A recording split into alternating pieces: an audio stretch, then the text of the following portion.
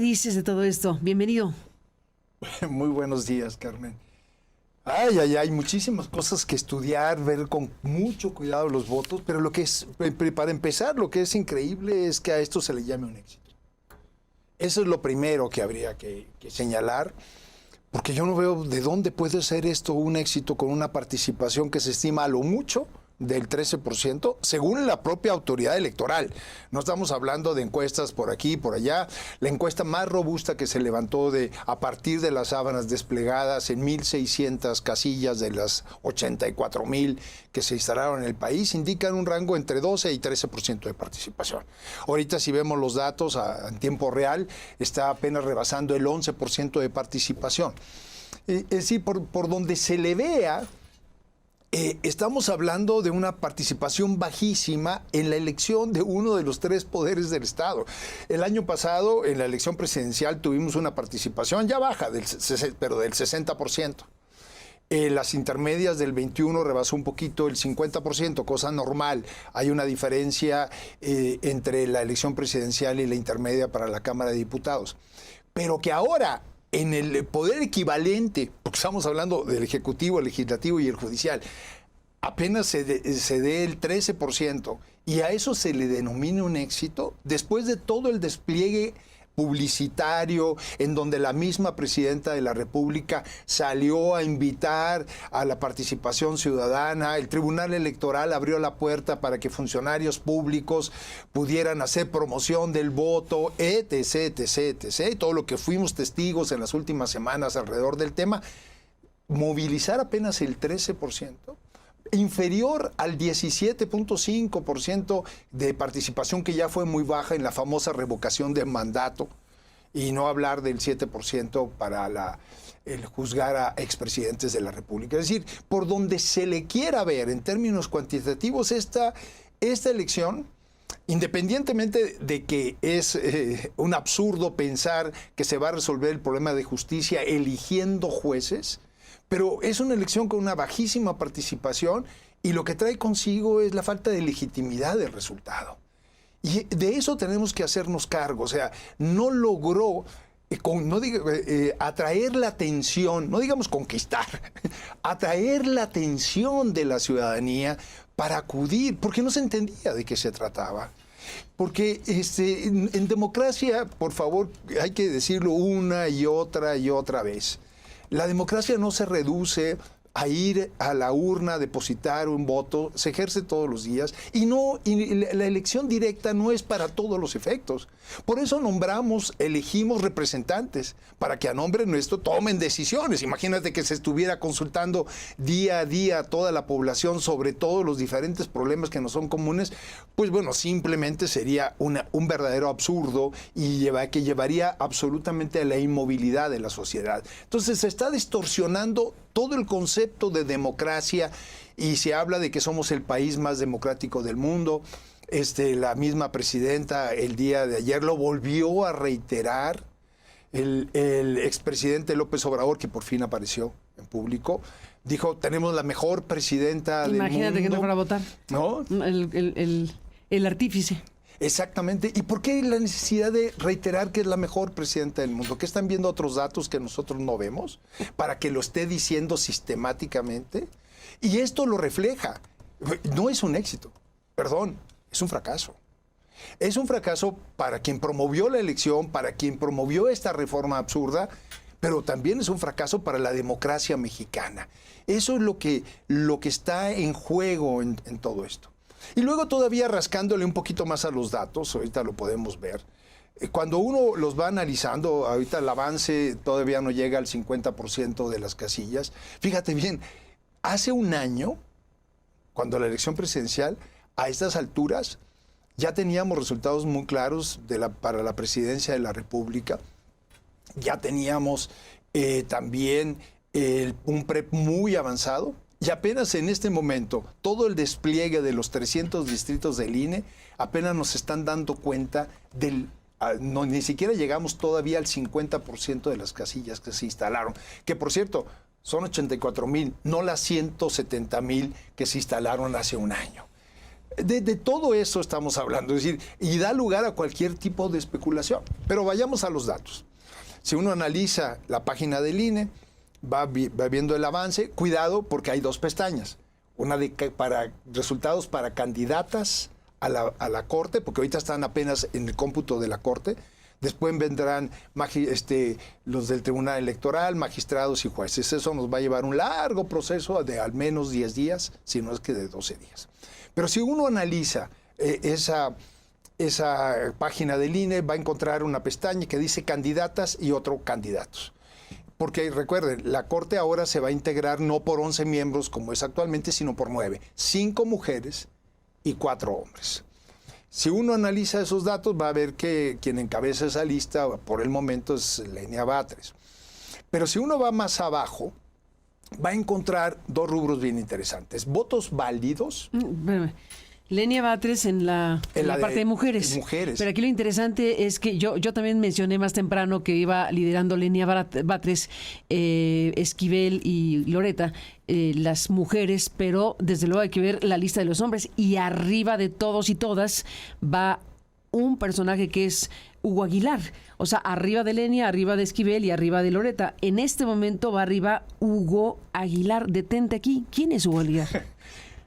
Candidato indígena. Qué interesante. ¿Candidato indígena? ¿Lo conocíamos? Pues yo no. Yo tampoco. O sea, bueno, sí lo conocí por mi trayectoria como autoridad electoral. Lo que recuerdo de Hugo Aguilar es lo siguiente. Él fue subsecretario de Asuntos Indígenas en el gobierno de Gabino Cue en Oaxaca.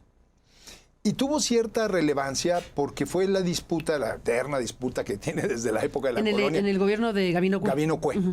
Sobre los chimalapas. Acuérdate que hay un conflicto ¿cómo no? entre Oaxaca y Chiapas sobre los chimalapas. Y Hugo Aguilar, siendo subsecretario de Asuntos Indígenas en el gobierno de Oaxaca, de Gabino Cue, jugó un papel muy relevante para hacer llegar incluso a la Corte documentos de la colonia donde se identificaba la región de los chimalapas y demás. Entonces adquirió ahí cierta relevancia. Después, por razones que no tengo el detalle, salió del gobierno de Gabino Cue y fue funcionario del Instituto Electoral de Oaxaca. Nunca fue nombrado como tal, pero fue encargado de despacho y fungió como encargado de despacho para toda la costa normativa. Acuérdate que en Oaxaca tenemos este problema de que hay elecciones constitucionales, pero también hay elecciones de lo que se llama por usos y costumbres, respetando la normatividad indígena. Y él encabezó, como encargado de despacho por creo 2 o 3 años, esa cartera del Instituto Electoral de Oaxaca. Después de eso, ya siendo presidente López Obrador, pasó a ser el segundo de a bordo del Instituto Nacional de Pueblos Indígenas. Y fue un funcionario, era el segundo a bordo de este Instituto de Pueblos Indígenas. Hasta ahí tengo más o menos la trayectoria de Hugo Aguilar, pero sin duda no es una figura que apareció ahora en la contienda como de la relevancia de una señora Batres o de Yamil Esquivel o de Loreta Ortiz o de algunos otros que se les mencionaron. Aunque sí está en el acordeón, ¿eh? Sí, aparecen en el acordeón. Porque, a ver, aquí es importante. Yo tenía aquí el acordeón y ahorita que la verdad no había registrado que se trataba del mismo, pero es Aguilar Ortiz Hugo. Y en el acordeón que tenemos aquí, pues están las ministras de la 4T, Batres, Esquivel, Sarinene, Loreta Ortiz y Maristela Ríos. En el acordeón que circuló amplísimamente, el de los colores, están estos nombres de mujeres. Y en el de hombres está en primer lugar Hugo Aguilar Ortiz. Así es. O sea que sí hubo una promoción de estos nombres, incluyendo el que ahora puntea en la lista de quien tiene mayor número de votos hasta el momento de la mañana. Está en este acordeón, que es uno de los que se difundieron masivamente, está Hugo Aguilar Ortiz. También se promovió a Irben Espinosa Betanzo, a Giovanni Azael Figueroa Mejía y a Arístides Rodrigo Guerrero García. En la boleta nacional morada, que es donde estaban los números de de Batres, de Esquivel, de Sara Irene, de Ortiz Alf y de Ríos González María Estela. Y de hombres los que acabo de mencionar, 34, 41, 43, 48. Quienes recibieron estos acordeones, pues tuvieron, yo digo muy elegantemente, la orientación de votar por estos nombres. Y el número uno, o sea, el primero promovido, pues ese que está ahorita arriba. Eres muy elegante. Yo soy elegante. Sí, muy orientar elegante, a la población. Voy a seguir tus pasos porque yo inducción, estoy perdiendo porque inducción es un poco rudo, ¿ves? Yo no sé si las autoridades... Pero claro, fíjate, hay tienes quien dice toda que es la delito razón. electoral, ¿no? Esto de la orientación, bueno, más bien ya, si lo traduces en inducción. Y lo dijo ya el INE y el tribunal, pero muy tarde ya en la época, en la temporada de veda, dijo que era un delito. Pero bueno. Se había dicho desde el oficialismo que se tendrían que buscar Benitos Juárez para la Corte. Y puede ser que este sea el Benito Juárez que se pretende desde la Corte por su carácter, por su perfil, por su trayectoria, porque es el perfil del candidato indígena que está perfilándose hacia la Suprema Corte de Justicia de la Nación y en la narrativa oficial, pues que ni mandado a hacer para efectos prácticos. Sí, y fíjate, analizando los datos, que tienes toda la razón, porque aparece en el listado, no es un personaje que haya aparecido de repente, porque estaba en los acordeones. Sí, yo no lo conocía, pero estaba en los acordeones. Sí, y fíjate la diferenciación del voto. Cuando uno toma la lista de las candidatas, Lenia Batres hasta el momento lleva 2.401.000 votos. Sigue Yasmín Esquivel con 2.079.000 y Loreta Ortiz con 2.013.000. ¿Sí? Hay una diferencia importante de casi 400.000 votos entre Lenia Batres y Yasmín Esquivel y Loreta Ortiz. ¿De acuerdo? Ahora, si uno analiza los resultados para los candidatos, Hugo Aguilar lleva 2.535.000. O sea, le saca a más de 100.000 votos, 130.000 votos aproximadamente a Lenia Batres. Pero luego el segundo lugar de hombres lleva 1.356.000. ¿De acuerdo? Uh-huh. Entonces, esto a mí me indica, simple y llanamente, de que sí hubo inducción del voto, o como tú dijiste elegantemente, perdón, orientación del voto. Hubo una orientación muy clara para Hugo Aguilar. Uh-huh. Muy clarita. En cambio, entre las tres mujeres que encabezan la lista, sí hubo orientaciones, se movieron fuerzas. La que estaba primero era Lenia. Exactamente, se movieron, pero hay una cierta homogeneidad. En cambio, en los hombres hay una diferencia muy importante, de más de 1 millón de votos entre el primero y el segundo. Entre el primero y el segundo lugar. Sí. ¿Sí? Entonces, bueno, más de 1 millón de votos de diferencia. Sí, tienes razón, entre las mujeres hay un porcentaje diferente, pero casi 1 millón de votos de diferencia. Es decir, se echó maquinaria o el voto de los ciudadanos por Hugo Aguilar. Y bueno, independientemente de los méritos del señor Hugo Aguilar, que tiene su trayectoria. Que tiene su trayectoria. No se discute porque tiene su trayectoria, sí. Efectivamente, pero para el amplio público mexicano, para la ciudadanía en general, no es una figura conocida. Se les promovió mucho más a las tres ministras que cualquier otro candidato o hombre. Entonces, sí hay una movilización, una inducción para que la maquinaria que salió a votar, que es muy inferior en número a lo que podría esperarse, sí tuvo una inclinación muy clara por el señor Hugo Aguilar, aunque no tuviera la notoriedad social, pública, de las tres ministras.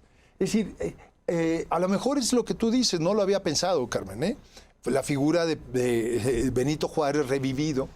No, pero absolutamente, lo dijo la presidenta. ¿No? Queremos Benito Juárez. Y claro, a ver, es una figura histórica, muy relevante, etcétera, y bueno, le da un cariz al asunto muy importante para una narrativa oficial de que las cosas en este momento van a ser totalmente distintas a lo que eran, y tener eventualmente a un presidente de la Corte indígena, como lo fue en su momento Benito Juárez, pues queda perfectamente en una narrativa oficial. Efectivamente. Ahora, más allá del simbolismo y que se busquen simbolismos de esta naturaleza, cuáles son los méritos en términos ya no de un personaje que tuvo en su trayectoria profesional responsabilidades respecto a pueblos indígenas para presidir la Corte, que tiene atribuciones que van mucho más allá de la atención a pueblos indígenas, independientemente de la valía y la importancia que una cuestión de esta naturaleza pudiera tener. Entonces sí hay, yo alcanzo a ver aquí ciertas intenciones muy claras que indujeron el voto en un sentido o en otro, independientemente de la escasa votación del mismo, que desde mi punto de vista le quita legitimidad al proceso y a la propia democracia. Vamos a ese cuadrito, porque en esta parte es importante escucharte, porque aquí hay un resumen. Si vemos en la pantalla del INE, si la podemos poner en la pantalla de Aristegui Noticias, se lo apreciamos, el resumen de la votación, se puede consultar ahí, consulta tu votación, y ahí en consulta tu votación viene resumen de la votación, y aquí estamos viendo votos válidos, votos nulos y recuadros no utilizados. Y aquí hay que también empezar a contar esta aritmética. Efectivamente, este es algo que hay que ver con mucho cuidado. Se habla... ¿La pueden actualizar? Porque ya van 51 millones. Exacto. Si la actualizan, será mejor. Sí. Lo importante de lo que vamos a ver a continuación es para hacer un análisis muy claro de... ¿qué significan estos 13 millones de votos frente a un padrón de 99.7 millones de ciudadanos? Es decir, es el 13% de los electores que acudieron a las urnas. Vamos a traducirlo de otra manera.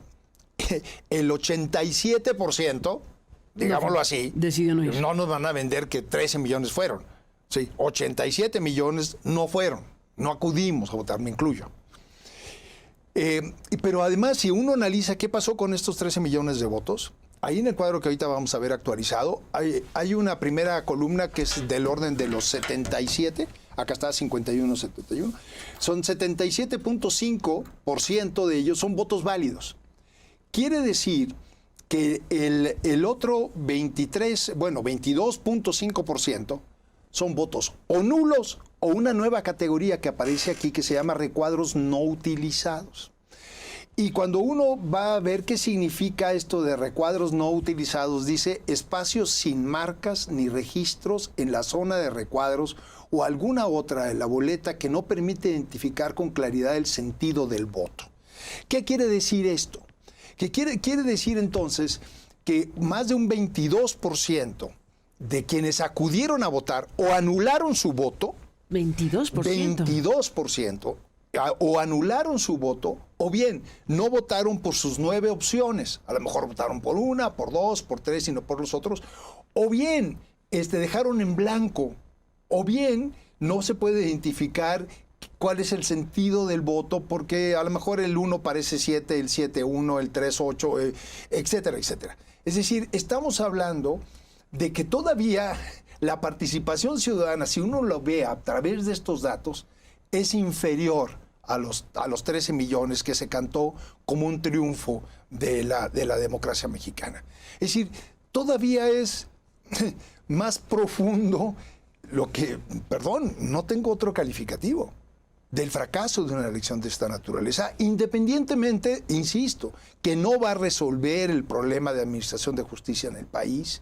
que de lo que se trata más que de una elección democrática es el asalto al Poder Judicial, la cooptación del mismo desde el Ejecutivo y disfrazado de democracia. Pero aún los mismos datos no soportan que realmente hayan ido 13 millones de mexicanos, sí acudieron a las urnas, pero no todos a votar por alguna candidatura o no, sino muchos anularon su voto o votaron por unos y no por otros, o el sentido de su voto no se puede identificar, como la misma tabla que estábamos viendo en pantalla del propio INE. ¿Lo podemos poner en pantalla? Lo indica. A ver si tenemos lo de 50 millones.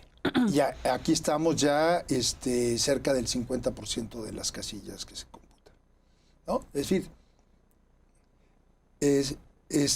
sí, ya rebasamos 50.27% de las casillas. Y ahí lo podemos ver. Ahí están. Votos válidos, 39 millones.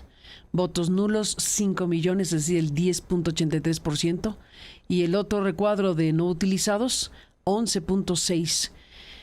que es otra clasificación. Entonces, si fuera solo los votos anulados, casi 11%, y los otros que solo utilizaron un recuadro, o no, recuadros no utilizados, 11%. Es decir, ¿de qué estamos hablando? ¿Por qué números tan altos si solamente se acudieron a las urnas 13 millones? Porque cada una de las personas que acudieron a las urnas, para el caso en particular de la Corte, tenían la posibilidad de elegir a 9. No, sí, porque un montonal de cargos.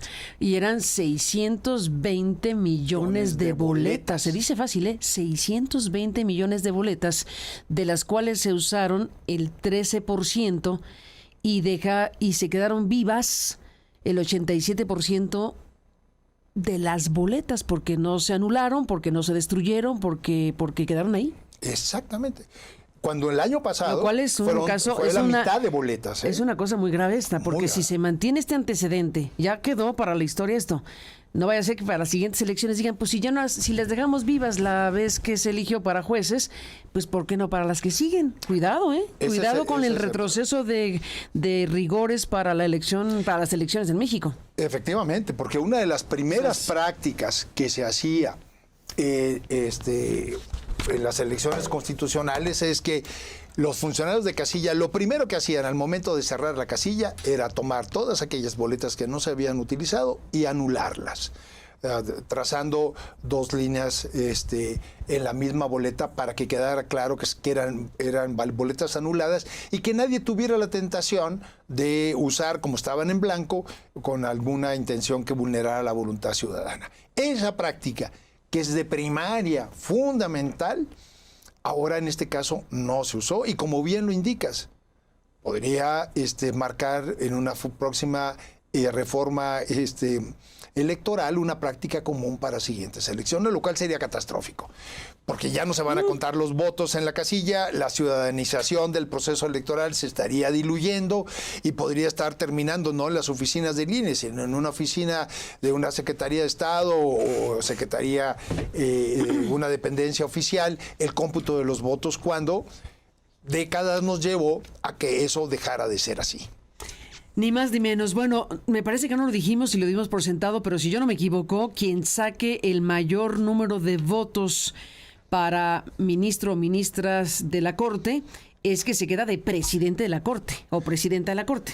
Ese es el sentido de la elección, la reforma que se hizo. Finalmente tiene que resolverse en el Pleno, pero se insistió en múltiples ocasiones que quien sacara el mayor número de votos presidiría la Corte. Recordemos ¿pero también... ¿Pero así va a ser o no? ¿O qué dice la ley? La ley lo que dice es que es el Pleno el que lo va a resolver. Pero ¿no la votación? Pero la votación es el indicativo para que el Pleno... ¿Pero podría ser que no? Podría ser que no. Y van a resolverlo entre los que queden. En los que queden. La nueva Corte. Bueno, exacto. O sea que es indicativo, ¿no es obligatorio? No es obligatorio hasta donde está, pero es indicativo de que se resuelve. Y va a ser una presidencia por 2 años, que ese es otro dato importante. Después, la segunda va a ser por 4 años, pero la primera va a ser por 2 años. Y la que sigue también lo nombran ya el colegiado. Exacto. Aunque se supone que el antecedente de los resultados de estas votaciones irá indicando el orden de prelación. O sea, que podría ser que el próximo presidente o presidenta de la Corte podría ser quien más votos saque en esta elección y podría ser que el que sigue sea el segundo lugar de esta votación y así sucesivamente, pero eso ya depende de ellos. Exactamente. O sea, tendrá una votación. Bueno, vamos a ver qué pasa. Vamos a ver. Pero no es obligatorio entonces. No es obligatorio hasta donde recuerdo. Es indicativo de resultados. Se insistió mucho en toda la deliberación al respecto. El mismo expresidente López Obrador habló al respecto de este tema y que sería indicativo de que quién es el más popular. Entonces es el que debe presidir la Corte. Edmundo Jacobo Molina, seguiremos hablando y gracias por estar aquí esta mañana. Muchas gracias a ti, Carmen. Buena mañana.